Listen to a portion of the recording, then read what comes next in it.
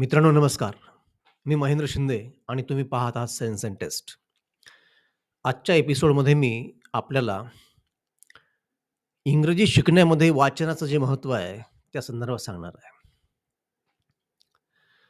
अतिशय महत्त्वाचा आणि बहुतेक वेळा दुर्लक्षित होणारा हा भाग आहे. आपण एक लक्षात घेतलं पाहिजे, की एखादी भाषा आपण जेव्हा शिकतो, एखादी परकीय भाषा आपण जेव्हा एखादी शिकतो, तेव्हा आपल्याला खूप कष्ट घ्यावे लागतात. आणि आपला कल कष्ट टाळण्याकडे असतो. हे आपण समजून घेतलं पाहिजे आणि हे आपण स्वतःच्या संदर्भामध्ये मान्य केलं पाहिजे. कारण सार्त्र म्हणतो, एखादी नवीन भाषा शिकणे म्हणजे आपल्यामध्ये एक नवीन आत्मा तयार करणे. आपल्या स्वतःमध्ये एक नवीन सेल्फ तयार करणे.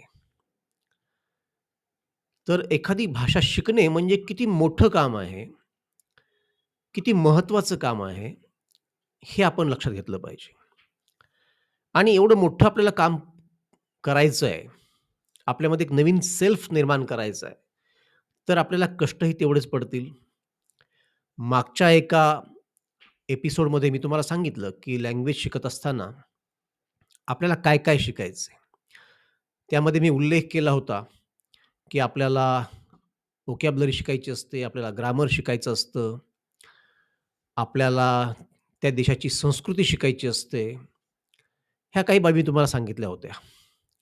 आणि नंतर मी असं म्हणालो होतो, की आपल्याला खूप त्याचा सातत्यानं वापर करावा लागतो. म्हणजे आपल्याला इंग्रजी भाषा नेहमी बोलावी लागते, वाचावी लागते, समजून घ्यावी लागते, लिहावी लागते वगैरे. परंतु आपण हे सगळं एका अर्थानं परीक्षेच्या संदर्भात बोलत होतो. आपल्याला इंग्रजीमध्ये खरोखरच प्रॉफिशियंट व्हायचं असेल, निष्णात व्हायचं असेल आणि इंग्रजीच्या माध्यमानं जागतिक ज्ञानाला स्पर्श करायचा असेल, तर एवढं करून भागत नाही. आपल्याला वाचनाचा छंद जोपासावा लागतो आणि भारतीय कॉन्टेक्स्टमध्ये जिथे इंग्रजी ही कुणाचीही मातृभाषा एका अर्थाने नाहीये, म्हणजे बहुतांश लोकांची नाहीये. तिथे आपण फार वेळ कुणाशी इंग्रजी बोलू शकत नाहीत, म्हणजे बोलण्याचे प्रसंगच फार कमी येतात. आले तरी ते फार फॉर्मल असतात आणि त्यामुळं आपला जो भर आहे, तो वाचनावर असायला हवा आणि काही अंशी लिहिण्यावर असायला हवा. मुख्य भर वाचनावरच असायला हवा.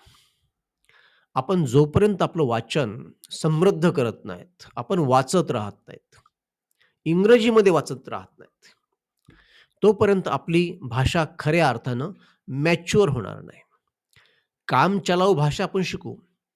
कुठल्याशा परीक्षा देण्याइतपत आपण शिकू, काही ग्रामर वगैरे शिकून थोडंफार.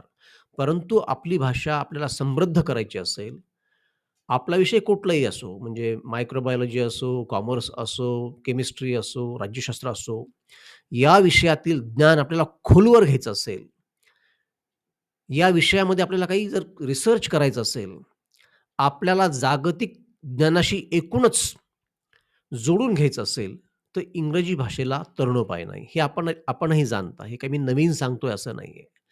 परंतु ती भाषा तेवढी प्रगत करायची असेल, तर आपल्याला वाचनाची कास धरावीच लागेल. आता ही वाचनाची कास धरत असताना सुरुवात कुठून करायची?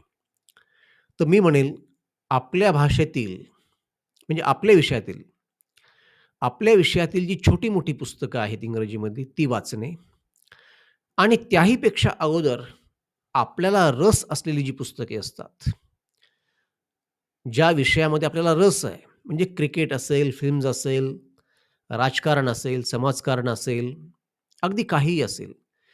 त्या विषयावरची वर्तमानपत्रामधील आर्टिकल्स वाचणे, त्या विषयावरची छोटी-मोठी पुस्तकं वाचणे, त्या विषयातील आपली जी भाषा आहे, आपण ज्याला परिभाषा म्हणतो, त्या विषयाची एक परिभाषा असते. ती परिभाषा आत्मसात करणे आणि त्यातील वाचन वाढवणं. यामुळं काय होईल, रस असल्यामुळे आपल्याला ते विषय समजतील, इंग्रजीमध्ये असले तरीही आणि हळू आपला कॉन्फिडन्स वाढेल आणि तो वाढलेला कॉन्फिडन्स आपल्याला आपले जे अभ्यास विषय आहेत, विद्यापीठातील, महाविद्यालयातील किंवा पुढील जीवनातील कुठलाही विषय असेल, त्या विषयामध्ये वाचत असताना एक आपल्याला नवीन कॉन्फिडन्स येईल, एक आत्मविश्वास येईल आणि अशा प्रकारे आपली वाचनाची गती कुठल्याही विषयातील वाढू लागेल आणि वाचन ही सातत्याने चालणारी प्रक्रिया आहे. समजा तुम्ही वाचत राहिलात, तर विषय फक्त इंग्रजीत राहत नाही. तो विषय तुमचं ज्ञान वाढण्याचा होतो आणि काही वर्ष अशी गेल्यानंतर 4-5 वर्षे तुमचं व्यक्तिमत्व तसं बनून जातं. नंतर तुम्हाला कोणी जर रोखलं, की वाचू नको जरी म्हटलं किंवा इंग्रजी भाषेतील पुस्तकं वाचू नको जरी म्हटलं, तरी तुम्ही थांबणार नाहीयेत. कारण तुमच्या व्यक्तिमत्त्वाला तो पीळ ऑलरेडी पडलेला असेल. तर अशी ही प्रक्रिया आहे. आज इथे सांगायचा मुद्दा एवढाच, की ऐन-केन प्रकारेन आपल्या लोकांची म्हणजे भारतीयांची, महाराष्ट्रीयन लोकांची जी गाडी आहे, इंग्रजी वाचनासंदर्भामध्ये, ती मुख्यत्वे वाचनावर अवलंबून आहे. कारण लिहिण्याचे प्रसंग कमी येतील, बोलण्याचे प्रसंग त्याहून कमी येतील. त्यामुळे आपली भाषा शुद्ध करण्याची जी प्रक्रिया आणि किंवा प्रोसेस आहे, ती मुख्यत्वे वाचनावर अवलंबून आहे. आणि वाचन आपलं केवळ इंग्रजी समृद्ध करणार नाही, तर आपलं ज्ञान अनेक विषयातील वाढवेल, आपलं व्यक्तिमत्व समृद्ध करेल.